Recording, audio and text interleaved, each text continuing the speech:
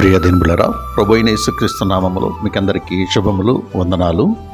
ఈరోజు దేవుని వాక్యం కీర్తన గ్రంథం 120వ కీర్తన 1వ చరణం. నా శ్రమలో నేను యెహోవాకు మొరపెట్టి తిని ఆయన నాకు ఉత్తరం ఇచ్చెను. ప్రతి మనిషి తన జీవితయాత్రలో శ్రమలు రుచి చూడకుండా దాటిపోడు. రకరకాల శ్రమలను మనం ఎదుర్కొంటూ ఉంటాం.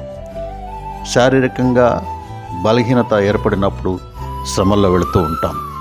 కుటుంబాల్లో కలహాలు ఏర్పడినప్పుడు కొన్ని శ్రమలు ఎదురవుతూ ఉంటాయి. రకరకాల శ్రమలు, ఇబ్బందులు మనం ఇవన్నీ కూడా గమనిస్తూ ఉంటాం. యేసుక్రీస్తు కూడా విశ్వాసమును గురించి ఒక మాట చెప్పారు. తన శిష్యులతో ఇలా అన్నారు, లోకములో మీకు శ్రమ కలుగును, ఆయనను ధైర్యము తెచ్చుకొనుడి. ఆయన అపోస్తులు కూడా సంఘమును బలపరచుటకు ఈ మాటలు చెప్పారు.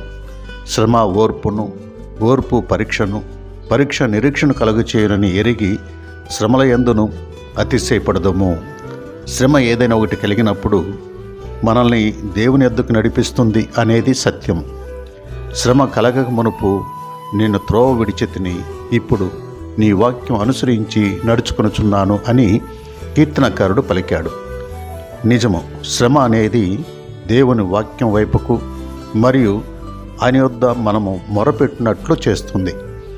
మరియు మనము మొరపెట్టగా దేవుడు తప్పకుండా ఉత్తరమిస్తాడని మనము గ్రహించాలి.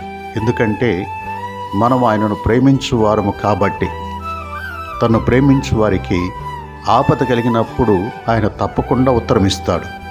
అతడు నాకు మొరపెట్టగా నేను అతనికి ఉత్తరమిచ్చేదను, శ్రమలో నేను అతనికి తోడై ఉండేదను, అతను విడిపించి అతన్ని గొప్ప చేసేదను అనేది దేవుని వాగ్దానం. పరిశుద్ధుడా తండ్రి, మా శ్రమలో మేము మొరపెట్టినప్పుడు మా ప్రార్థన ఆలకించి మమ్మలను ఆ శ్రమల నుండి తప్పించి కాపాడుమని యేసుక్రీస్తు నామమున అడిగి వేడుకొనుచున్నాము తండ్రి. ఆమేన్.